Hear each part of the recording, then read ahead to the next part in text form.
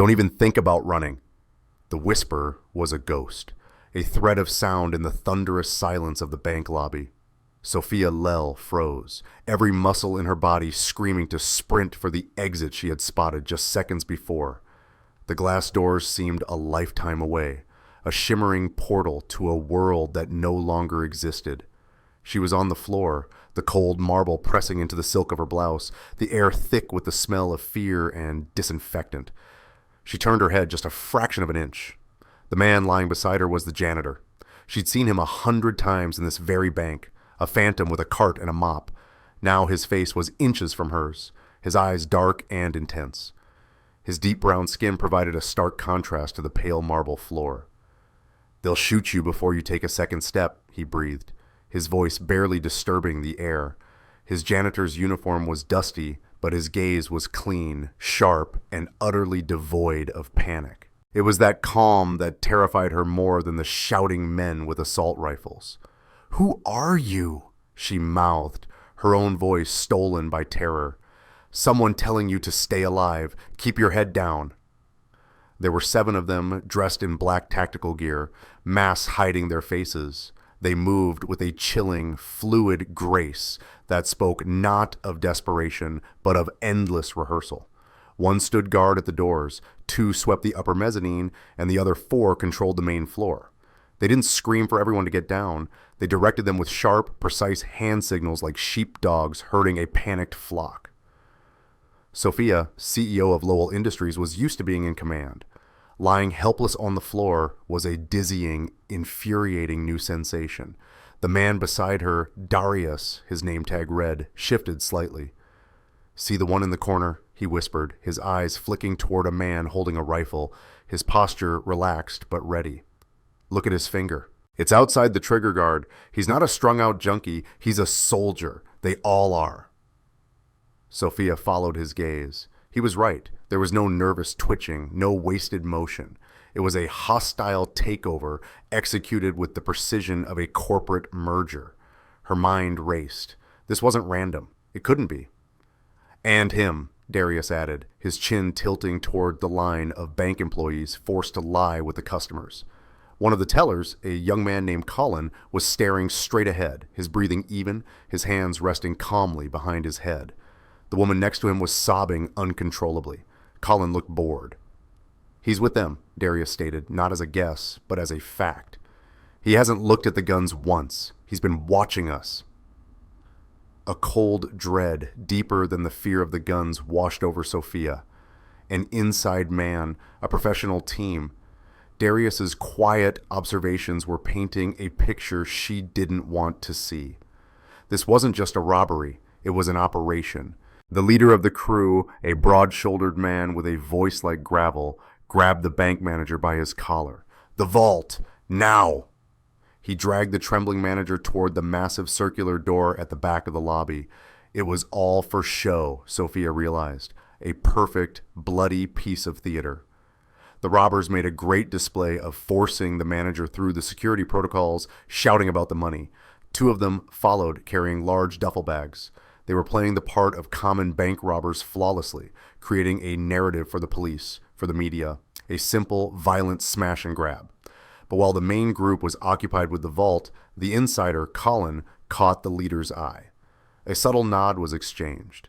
Colin then rose smoothly to his feet. "You 2 with me," he said to 2 of the other robbers, his voice crisp and authoritative, shedding the terrified hostage persona like a snake shedding its skin.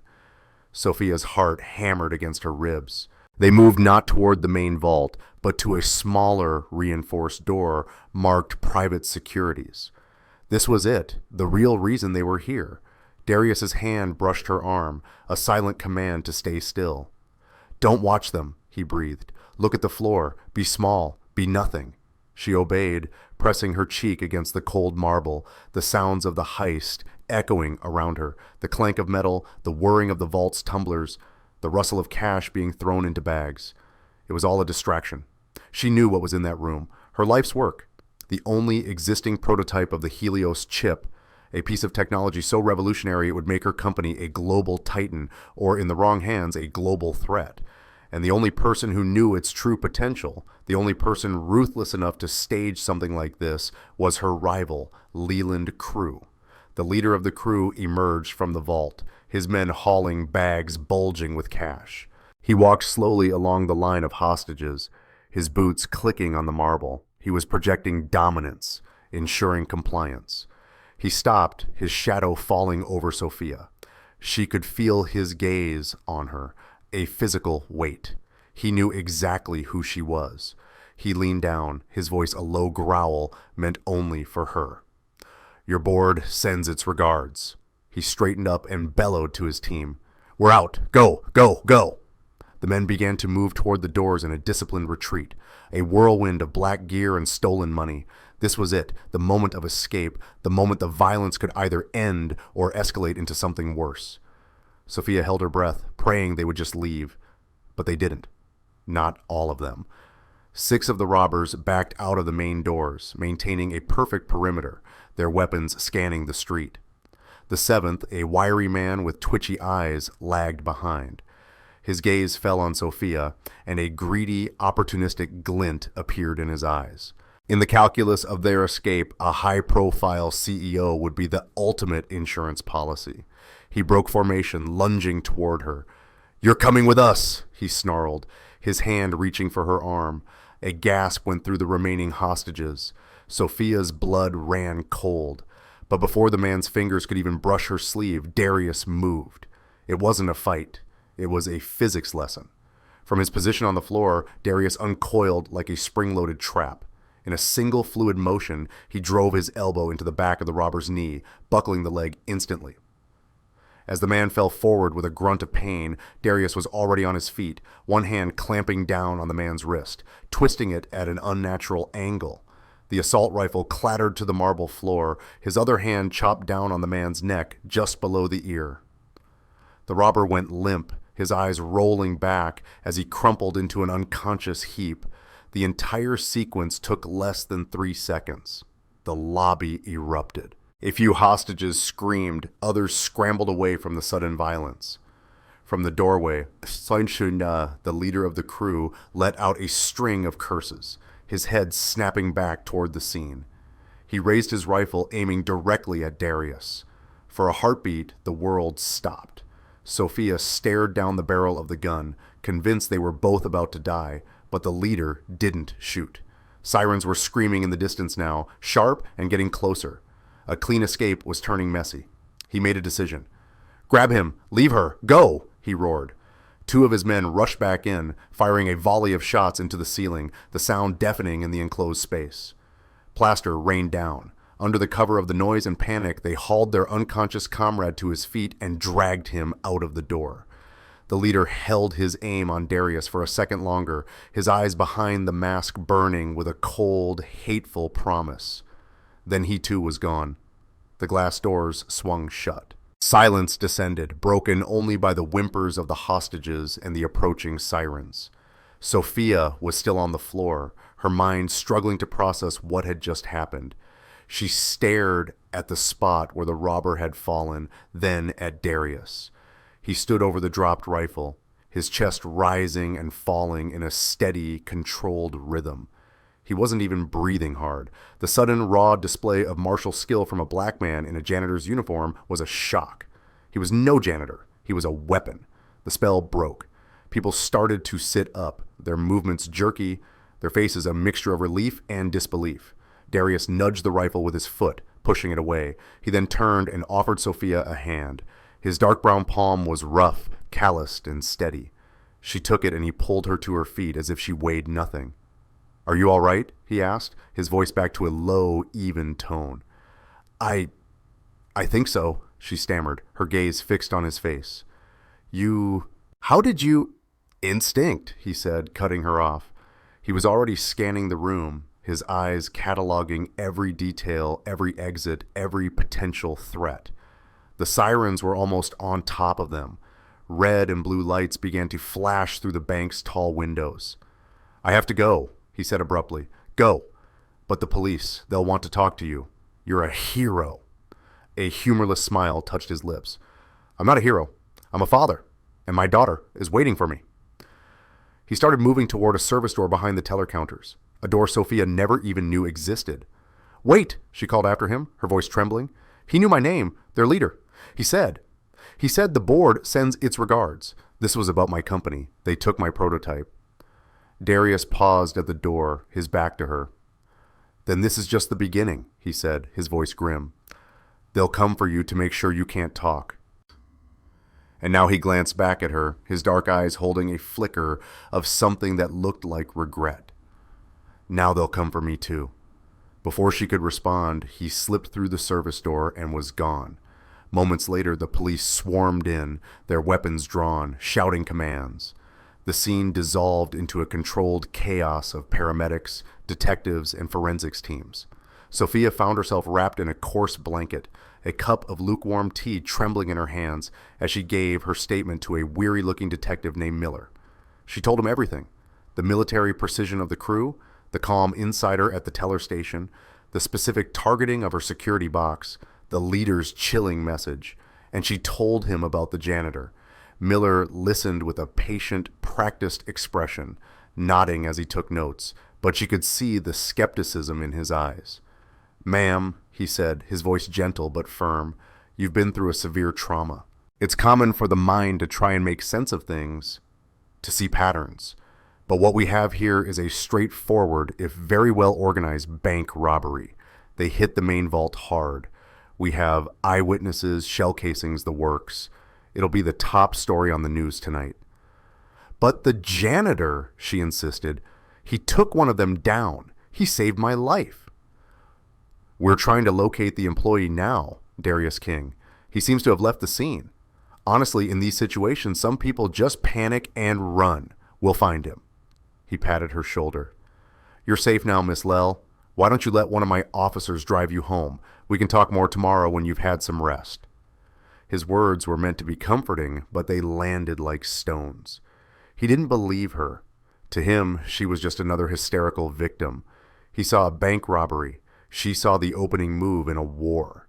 She looked around the lobby, now crawling with uniformed officers. She searched for the one face that shared her reality, the one person who understood the true nature of the danger they were in.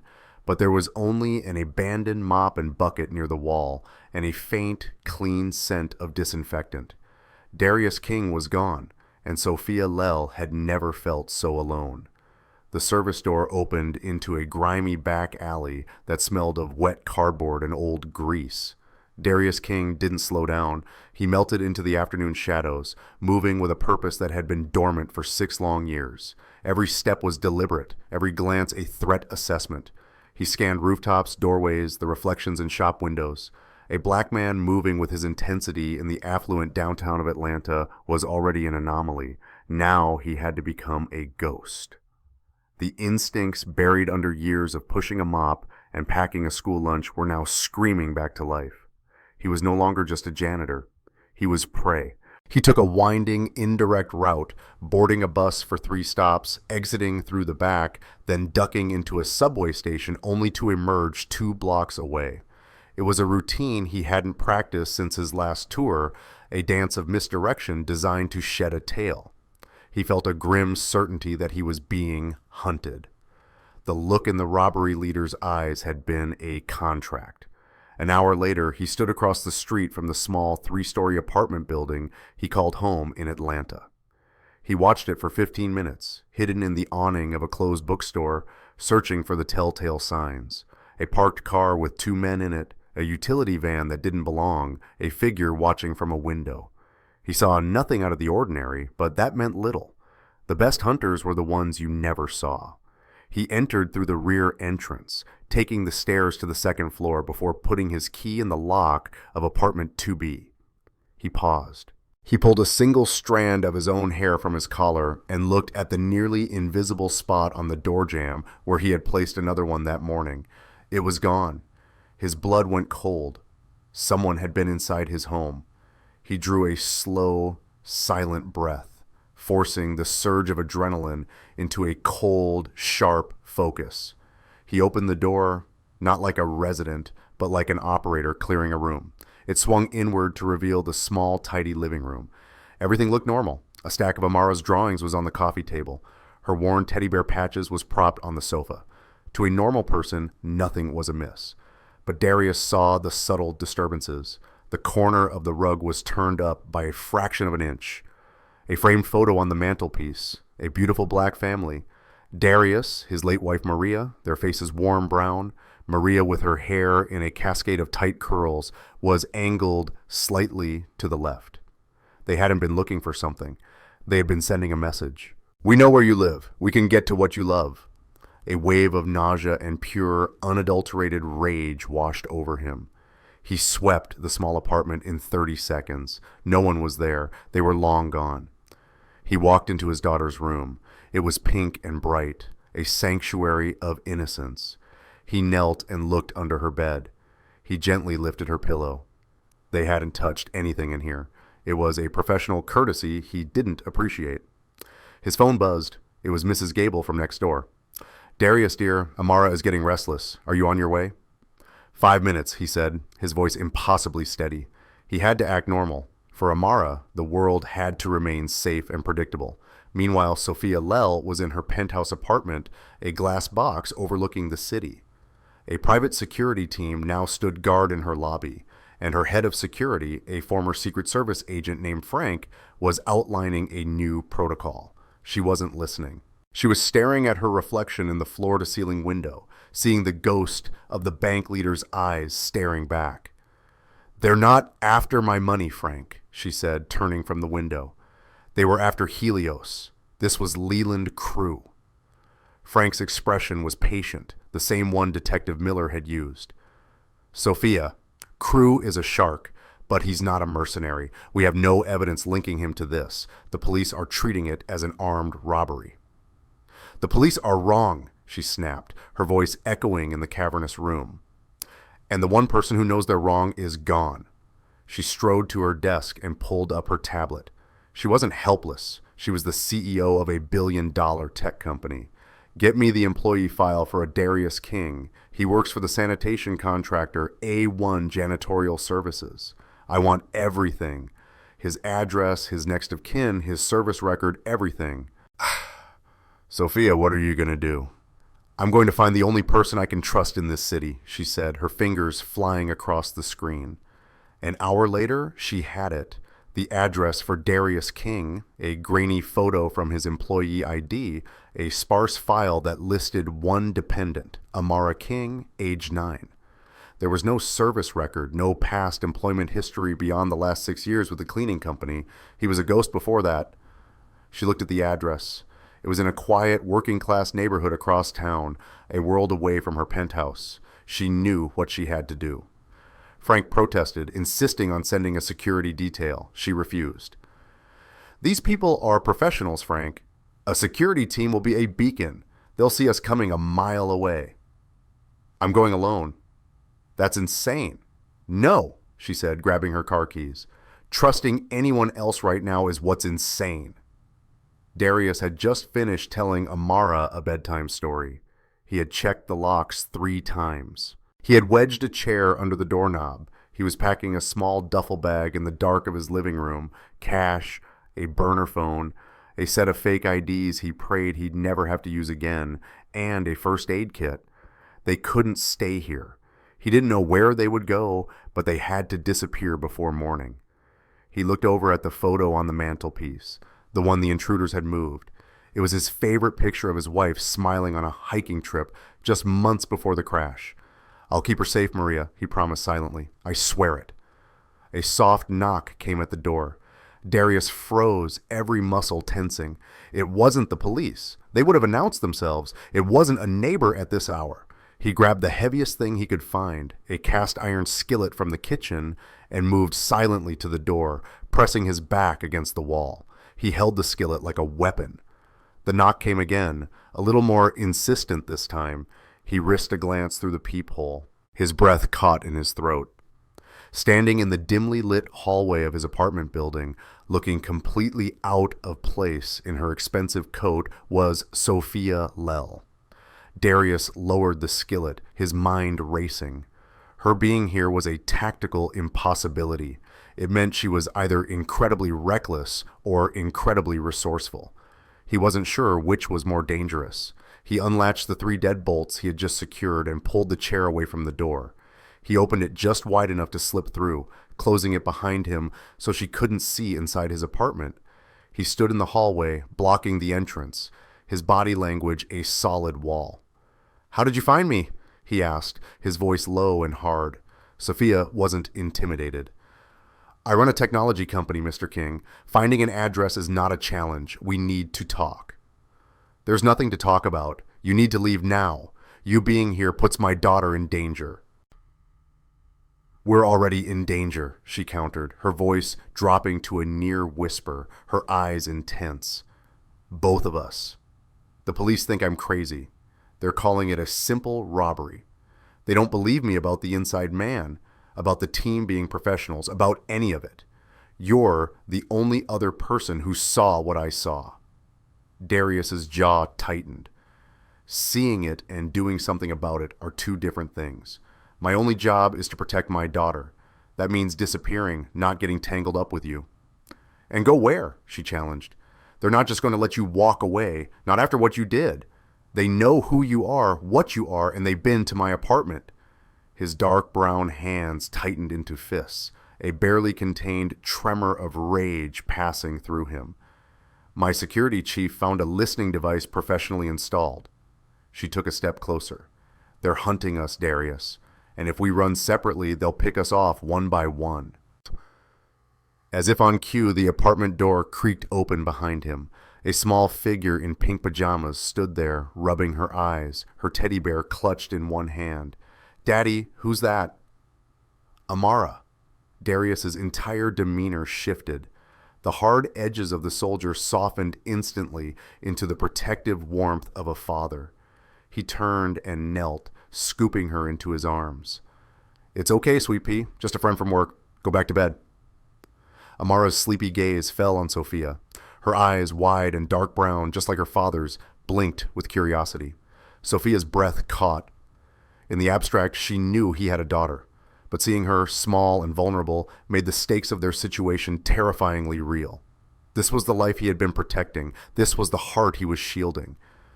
"You're pretty," Amara murmured, her head resting on Darius's shoulder. A sad smile touched Sophia's lips. "Thank you. You are too." "Otut." Darius carried Amara back inside and tucked her into bed, whispering promises of pancakes in the morning that he knew he couldn't keep. When he returned to the living room, Sophia had stepped just inside the doorway. He didn't protest. The time for pretending they could handle this alone was over. "They've already been here," he said quietly, his voice heavy with a cold fury. He pointed to the framed photograph on the mantel. "That picture was tilted 3 degrees to the left when I got home. The rug was crooked. They were in my house, in her room." He didn't need to say more. The violation hung in the air between them, thick and suffocating. Sophia's face paled. "My God, they wanted me to know," Darius continued, his hands clenching into fists at his sides. "It's a psychological game. They're telling me they can get to her any time they want."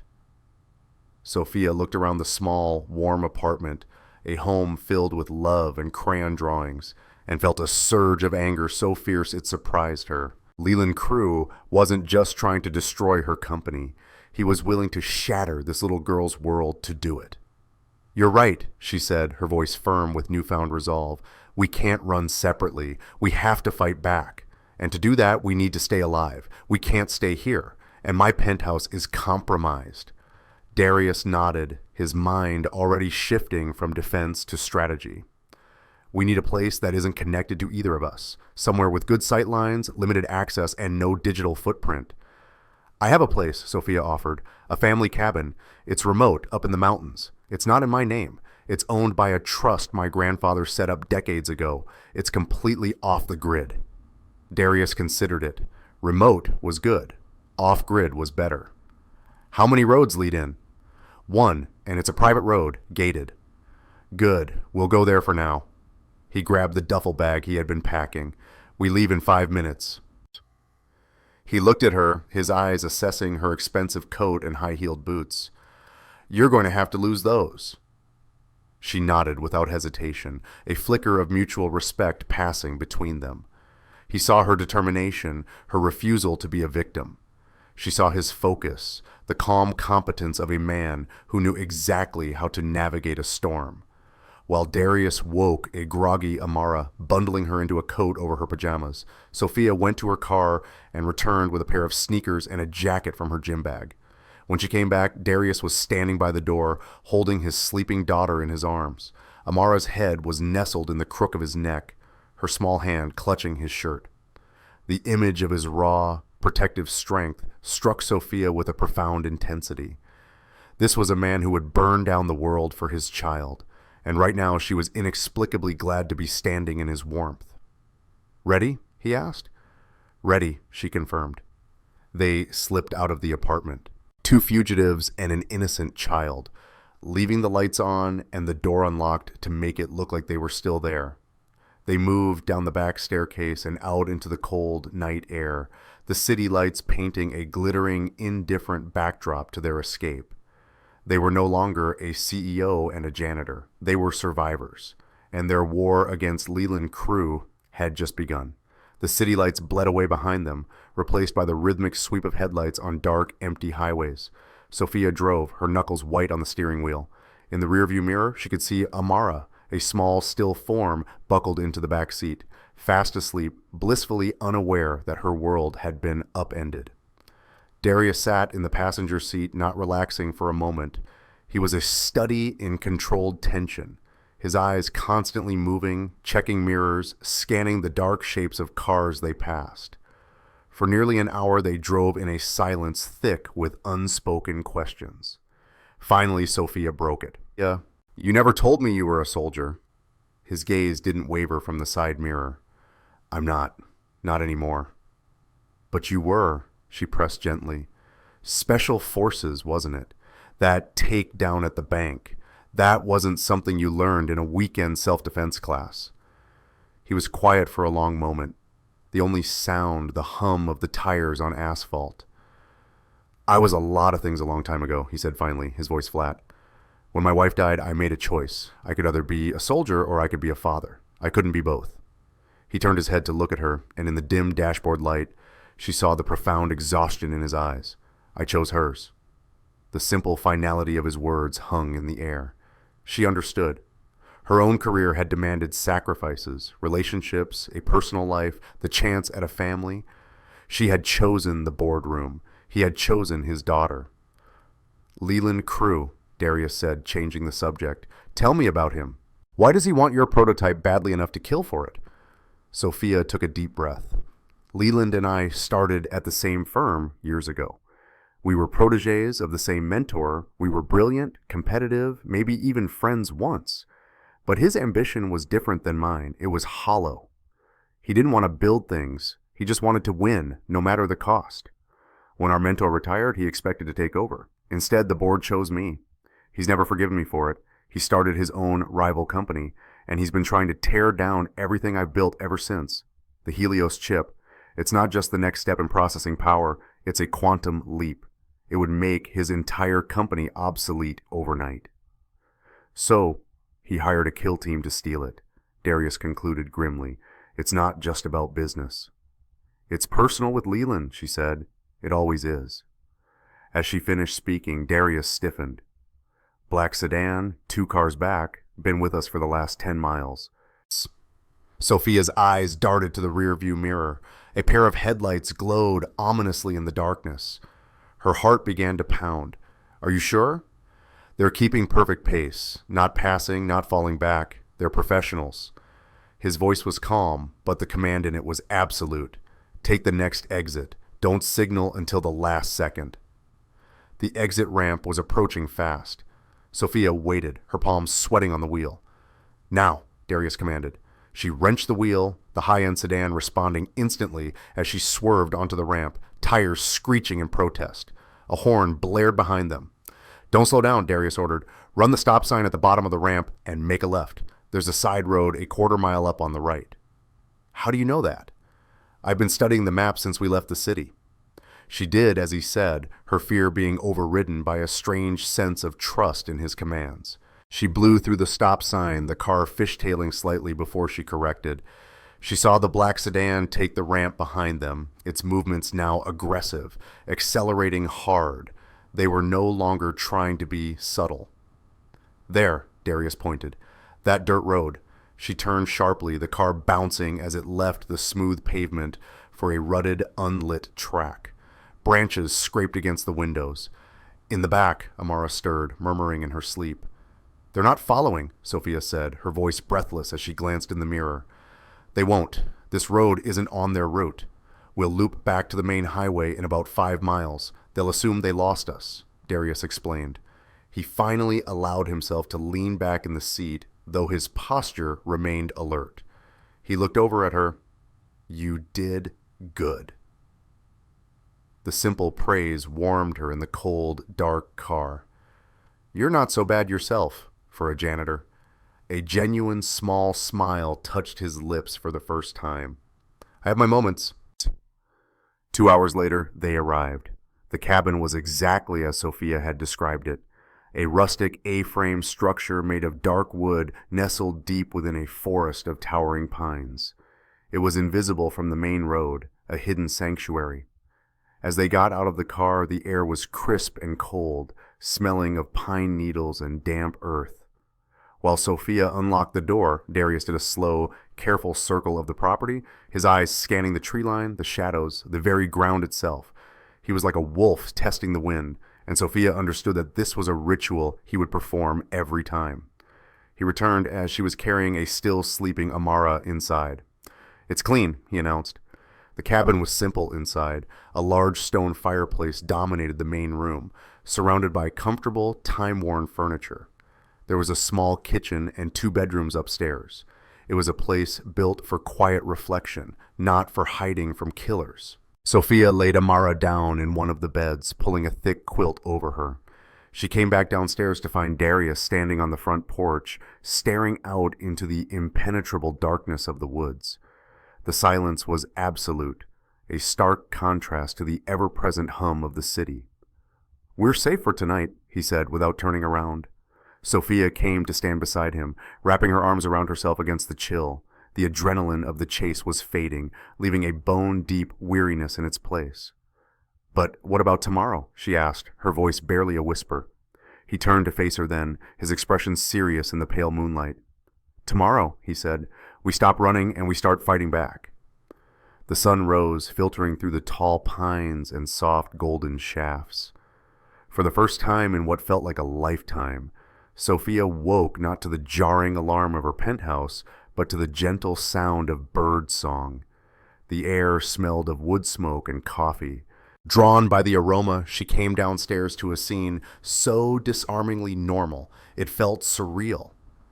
Darius stood at the cabin's old-fashioned stove, flipping a pancake with the practiced ease of a man who had done it 1,000 times.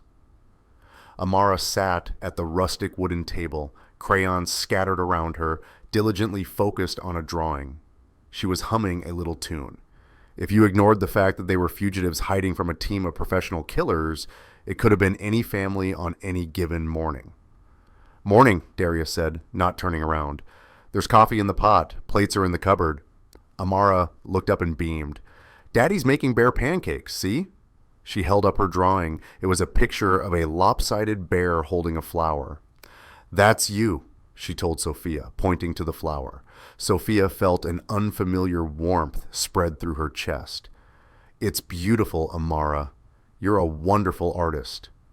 "I know," the little girl said, with the simple confidence of a 9-year-old. Sophia poured herself a mug of coffee, her hands wrapping around the heat. She watched Darius place a plate of perfectly shaped bear pancakes in front of his daughter. He moved with a quiet efficiency, a stark contrast to the explosive force she'd seen him unleash in the bank. His movements were fluid, even when flipping the spatula, the deep brown of his forearm showing the quiet strength she now relied on.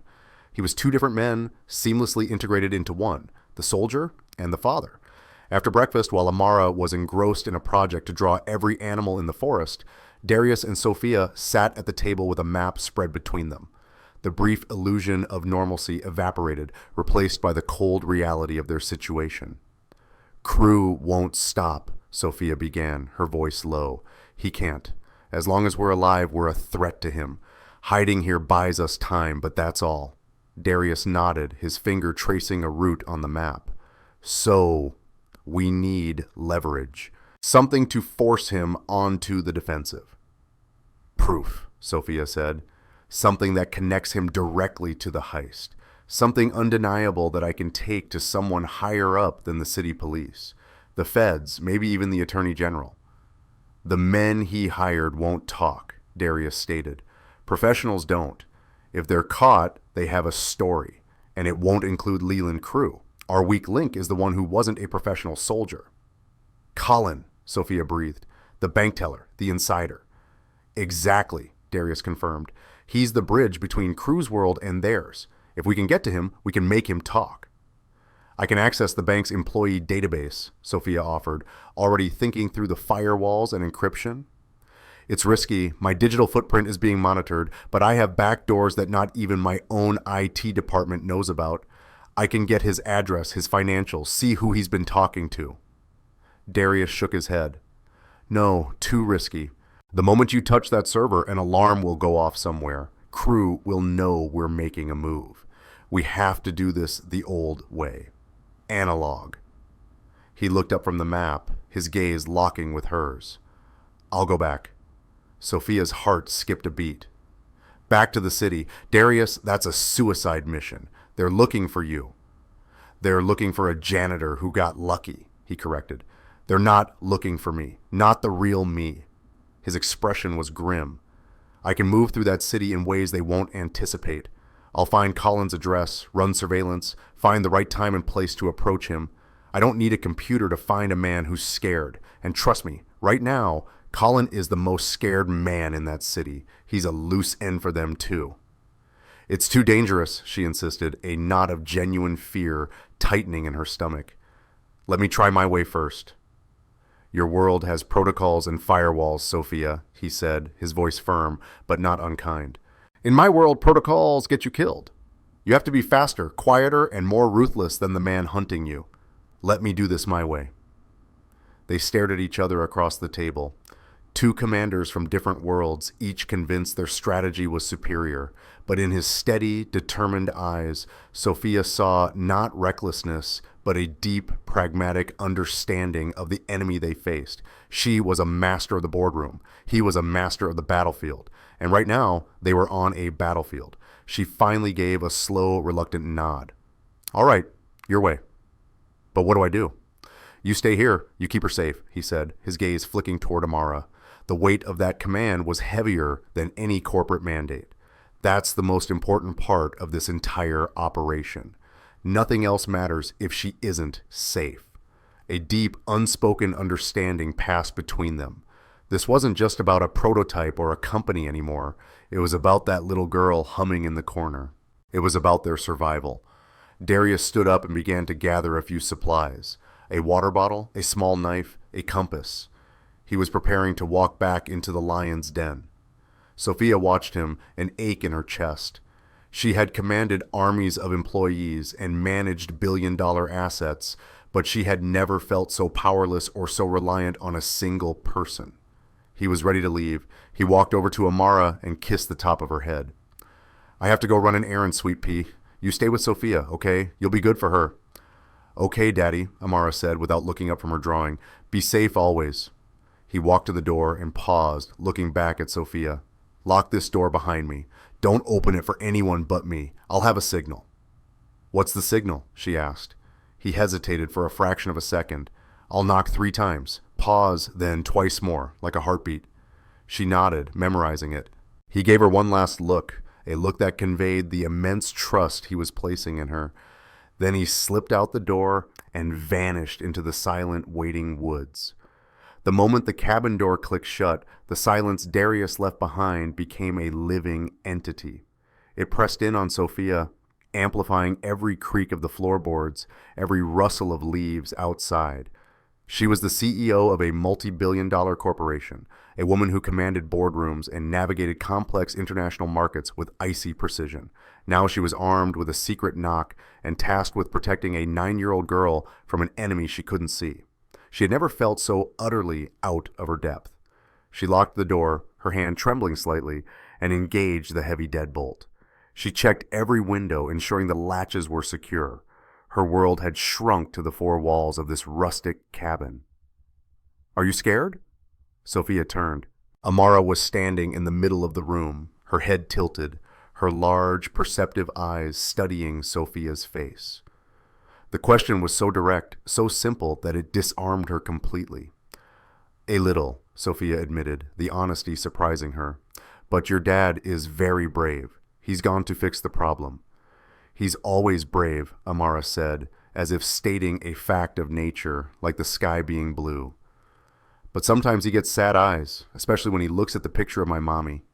She walked over to the stone hearth and sat down, patting the spot next to her. "You can be scared with me if you want. I'll show you how to draw a protection dragon. They scare away monsters." Something inside Sophia, a wall she had spent a lifetime building, began to crumble. She sat down on the hearth next to the little girl. For the next hour, they sat with paper and crayons, and Amara patiently instructed her on the proper technique for drawing fearsome scales and smoke-snorting nostrils. Sophia's dragon looked more like a bewildered lizard, and the absurdity of it, the simple joy of the moment, made her laugh. It was a real laugh, not the polite, strategic one she used in meetings. It felt foreign and wonderful.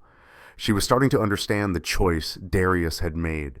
This was the world he had chosen to live in, a world of protection dragons and pancake bears. It was a world worth fighting for. Miles away, the world was anything but gentle. Darius King moved through the city's anonymous arteries like a phantom. He had traded his janitor's uniform for worn jeans, a gray hoodie, and a baseball cap pulled low. He was just another face in the crowd, invisible and forgettable. He didn't go near Colin's address. An address found in a database was a liability, a potential trap. Instead, he went to a small, dusty records office in a forgotten corner of downtown, a place that ran on paper and dial-up modems. Using a fake contractor ID and a story about a zoning dispute, he charmed a bored clerk into giving him the public property tax records for the entire block where the bank was located. An hour later, he had what he needed. Colin Pewitt, owner of a small condo 6 miles away. He didn't go there directly. He approached the neighborhood on foot, circling it, mapping its entrances and exits, noting the sightlines from adjacent buildings. Colin lived on the 3rd floor of a nondescript brick building. There was only one way in and out of the lobby, bad for a quick escape, good for a trap. Darius found his perch in a vacant office space in a building across the street, the window grimy enough to provide perfect cover. From there, he had a clear view of Colin's apartment. He settled in for a long wait. Patience was a weapon, and Darius was exceptionally well armed. It took 3 hours. Just as the sun began to set, Darius saw movement in Colin's window. The blinds twitched. A face peered out, pale and terrified. Colin. He looked like a man haunted by his own choices. A few minutes later, the light in his apartment went on, then off, then on again. He was panicking. As Darius watched, his trained eyes caught something else. A flicker of movement in a dark blue sedan parked halfway down the block. The windows were tinted, but the driver's side was down just an inch. Darius focused, his breathing slowing. He saw the faint red glow of a cigarette, and then briefly the silhouette of a man in the driver's seat. He was slouched down, trying to be inconspicuous, but he wasn't watching the street. He was watching the entrance to Colin's building. Ice flowed through Darius's veins. He wasn't the only one here. Crew was cleaning house. This changed everything. It was no longer a simple surveillance mission. It was a race. Darius's phone, a cheap burner he bought for cash, vibrated. A single text from a number he didn't recognize. Status! It was Sophia. He texted back one word: compromised. Just then, the front door of Colin's building opened. Colin stumbled out, carrying a hastily packed gym bag, his eyes darting nervously up and down the street. He was making a run for it. Across the street in the blue sedan, a brake light flashed. The engine, which had been off, rumbled to life. Darius's mind processed the variables in a fraction of a second. The cleaner in the car had a direct path to Colin. In 10 seconds, Colin would either be bundled into that car or shot dead on the sidewalk. Darius's position was superior, but his window of opportunity was closing with every step Colin took. He couldn't wait for the perfect moment. He had to create it. Now he pushed himself away from the window, his body coiled and ready. The time for watching was over. The hunt had just begun. Darius burst from the vacant office building side exit, landing on the pavement in a silent crouch. He was a block away from the action, a ghost in the deepening twilight. The blue sedan was already pulling away from the curb, its movement smooth and predatory. Colin was speed-walking, half-jogging down the sidewalk, a sheep fleeing a wolf he didn't yet know was there. Direct intervention was suicide. Darius needed a diversion. His eyes scanned the street, processing details in a rapid-fire sequence. Parked cars, a fire hydrant, a newsstand, a row of overflowing garbage cans. He sprinted into the alley behind the newsstand, his movements a silent blur. He grabbed the lid of a metal trash can and with a powerful, calculated heave, sent it spinning out into the street. It landed with a deafening clang, skittering directly into the path of an oncoming taxi. The taxi driver slammed on his brakes, tires squealing, horn blaring in a long, angry blast. It was the perfect disruption. For a critical second, the driver of the blue sedan reflexively glanced toward the sudden chaos. That was all the time Darius needed. He shot across the street, using the now stopped taxi as cover. He came up behind Colin, who was frozen in place by the noise, and clamped a hand on his shoulder. Not a word, Darius hissed in his ear. Before Colin could even register what was happening, Darius steered him hard right, pulling him into the narrow, dark gap between two buildings. "Who are you? What do you want?" Colin stammered, his body trembling, his face slick with sweat. Darius pressed him back against the cold brick wall, his forearm resting lightly but firmly against Colin's chest.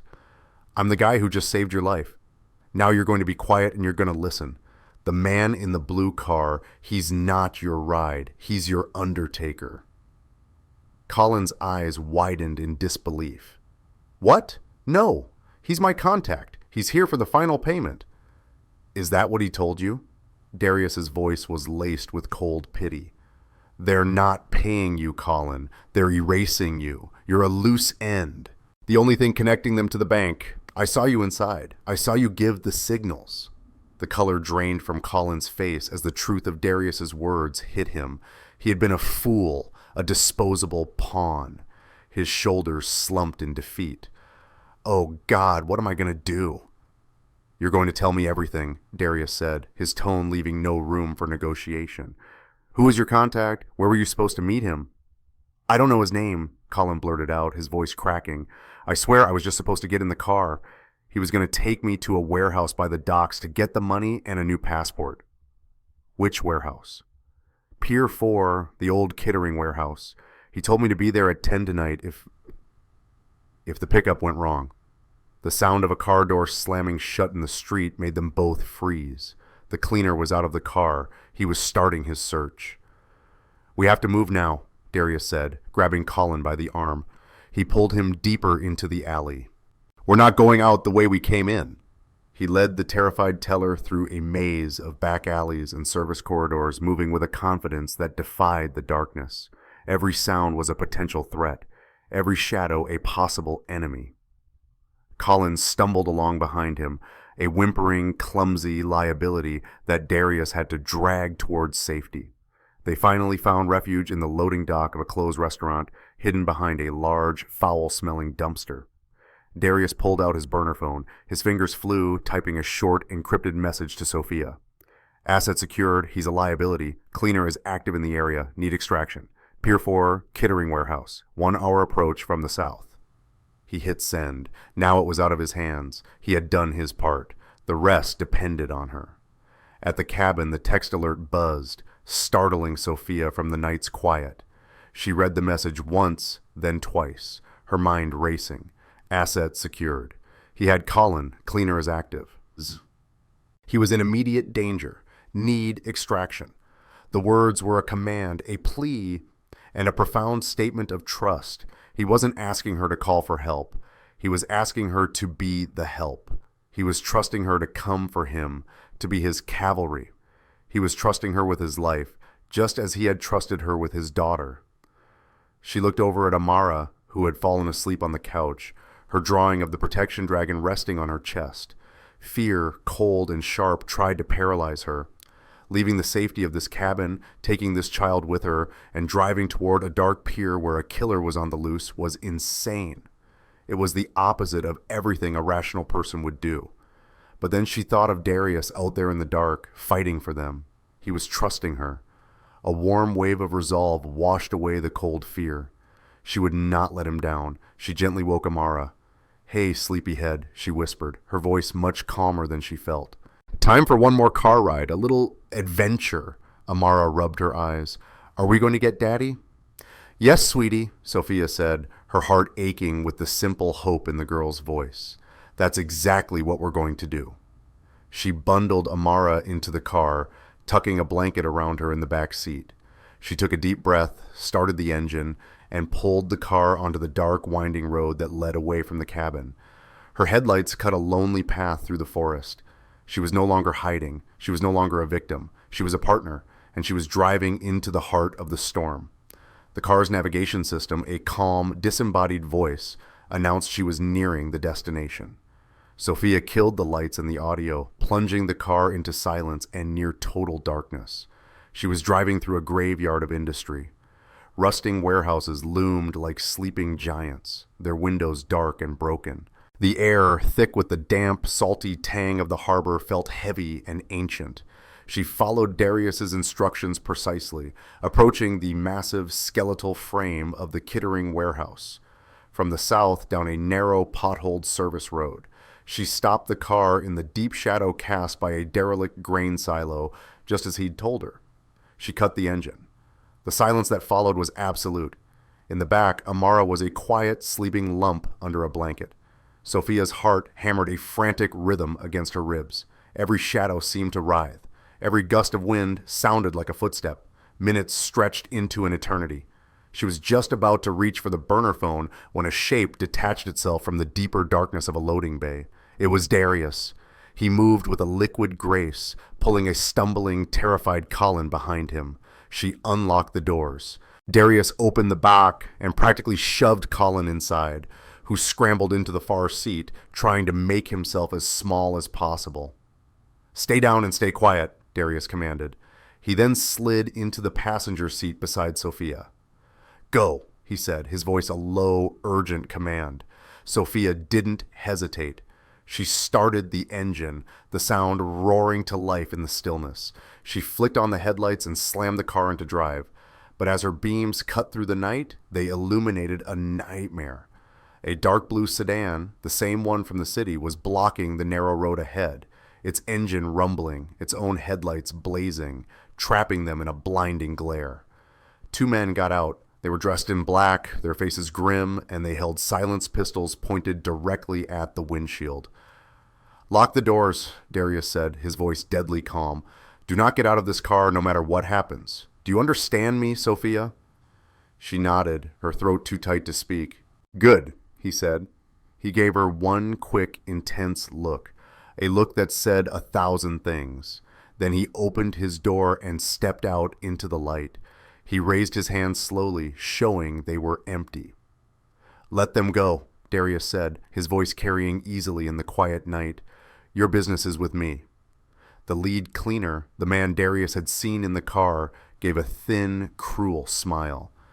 "Our business is with all the loose ends. Mr. Crew is very thorough." He gestured with his weapon. "Step away from the car, King. We'll make it quick."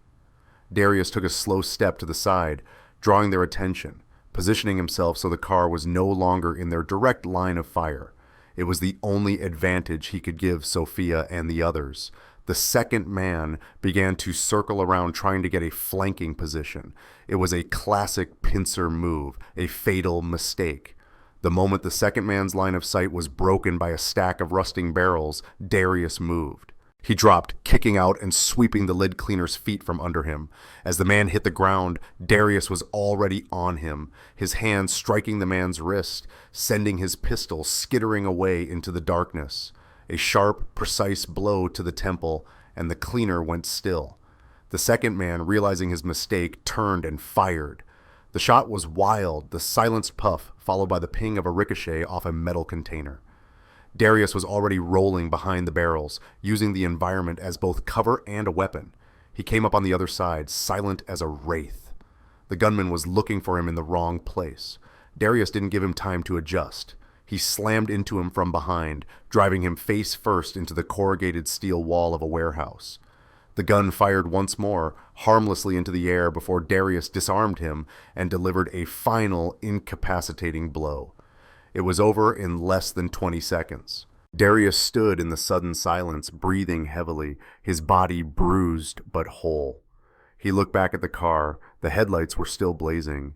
Inside, Sophia was staring at him, her face pale with shock and awe. He started to walk back, but a groan from the ground stopped him. The lead cleaner, tougher than he looked, was pushing himself up onto one elbow, his hand reaching for a backup weapon strapped to his ankle. He was still a threat, but before Darius could react, the roar of an engine filled the air. Sophia slammed the accelerator. The high-performance sedan shot forward, its tires spitting gravel. She didn't aim for the man. She aimed for the space beside him, wrenching the wheel at the last second. The car skidded to a halt, pinning the man's gun hand to the ground under the front tire. He screamed, a raw, agonizing sound. Then Sophia flicked on the high beams, flooding the entire area with blinding, brilliant light. The cleaner was disarmed, disabled, and blinded. Darius walked over, kicked the man's backup weapon away, and looked at Sophia through the windshield. He wasn't smiling, but his eyes were filled with a profound, staggering respect. He got back into the passenger seat, closing the door softly. The only sounds were the hum of the engine and the pained whimpers of the man outside. "You didn't run," he said, his voice raspy. Sophia looked at him, her own fear and adrenaline slowly receding, replaced by an unbreakable calm. "You told me not to," she replied. She backed the car up, turned it around, and drove away from the pier, leaving the two neutralized cleaners in the darkness. In the back seat, Colin was curled into a ball, shaking. The immediate danger was over. They had won. Sophia glanced over at Darius. In the dim glow of the dashboard, she saw a thin trickle of blood running from a cut on his temple. Without thinking, she reached out, her fingers gently brushing his warm brown skin as she wiped it away. The touch was electric, a current of unspoken emotion passing between them. He looked at her, his gaze softening. "We have him," he said, nodding toward Colin in the back. "We have our proof."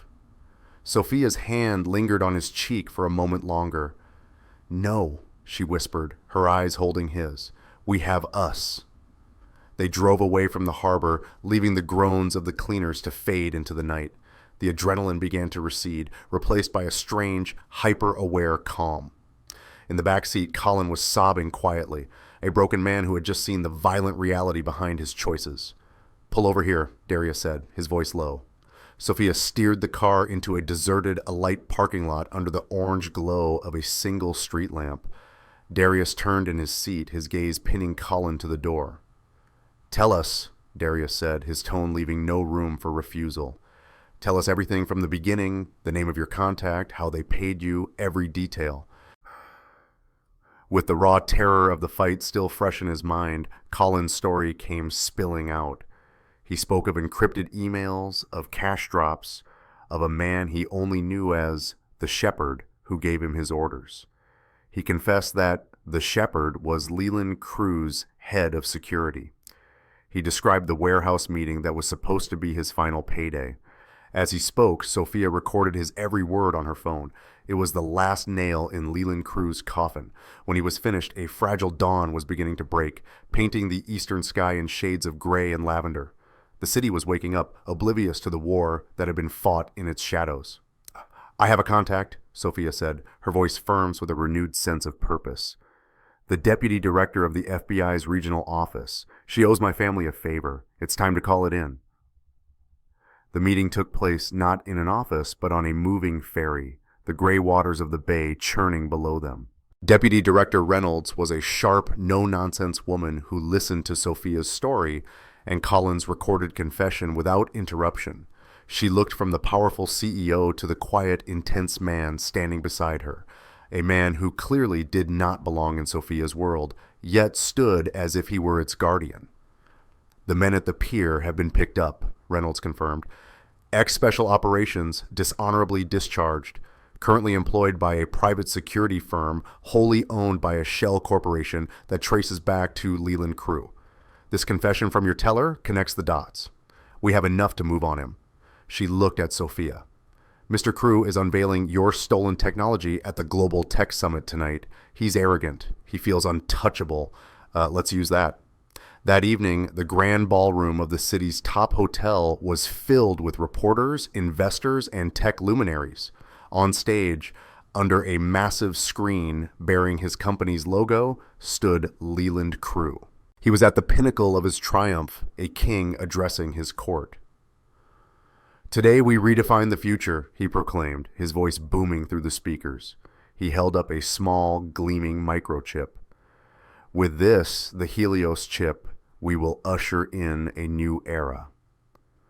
Just then, the ballroom doors opened.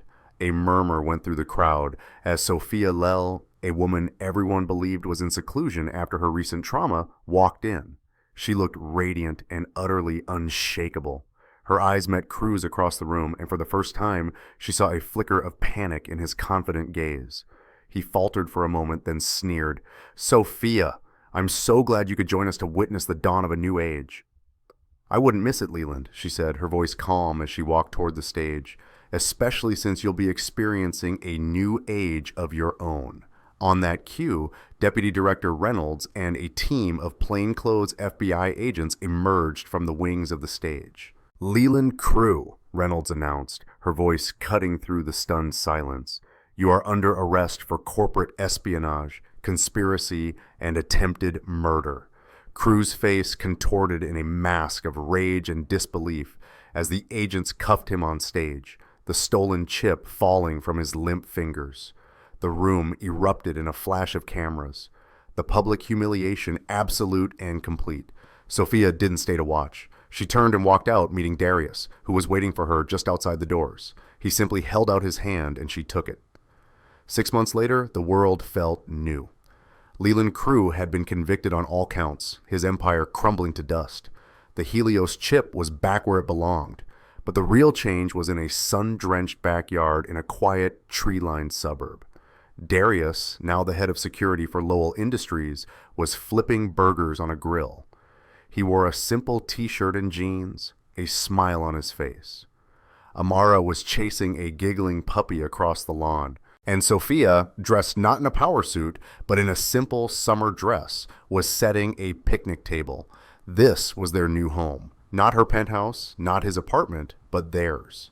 Later that evening, as Amara slept soundly upstairs, they sat on the porch swing, the puppy asleep at their feet. The air was warm, filled with a gentle chirp of crickets. "I was thinking," Darius said, his voice soft in the darkness, "about all the things we fought for, the company, the prototype, our lives." "We won, Darius," she whispered, leaning her head on his shoulder. "I know," he said. He turned to face her, taking both of her hands in his. "But I want to fight for something else now. For more mornings like this. For a future. For us." He took a small box from his pocket and opened it. Inside, a simple, elegant ring gleamed in the moonlight. "Sophia Lel, I know my world is nothing like the one you came from, but I'd like it to be the one you come home to.